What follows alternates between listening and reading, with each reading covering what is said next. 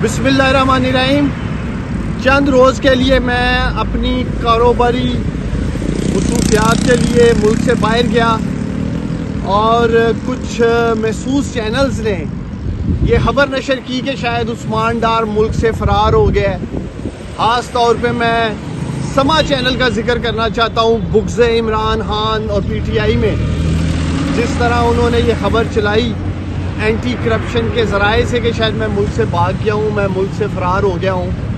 پہلے تو میں اس چینل کے مالک کو یہ پیغام دینا چاہتا ہوں کہ جس کی تم نوکری کر رہے ہو وہ 3 سال پہلے دوائی لینے گیا تھا، اس ملک سے بھاگا ہے۔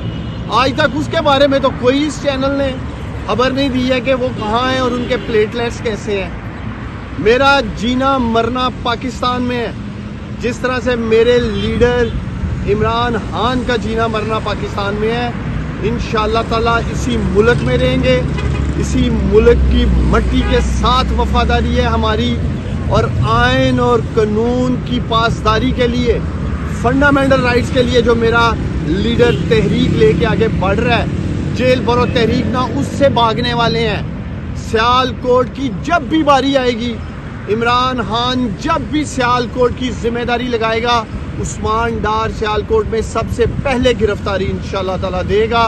اس سے پہلے بھی میں کہہ چکا ہوں، جو بھی میرے اوپر جعلی مقدمات بنائے گئے ہیں، خواجہ وینٹیلیٹر اور ان کے خواریوں نے مل کر محکمہ اینٹی کرپشن ہو، جو بھی ہے، میں ان سب مقدمات کا سامنا مطالبہ کرتا ہوں سیالکوٹ کی عوام کے سامنے چلائے جائیں، میڈیا کے سامنے چلائے جائیں۔ جو بھی لوٹ مار یا کرپشن عثمان ڈار نے کی ہے، میں انشاءاللہ تعالیٰ ان کے ایک ایک الزام کا جواب اپنے سیالکوٹ کے عظیم لوگوں کی عدالت میں دوں گا۔ پاکستان زندہ باد۔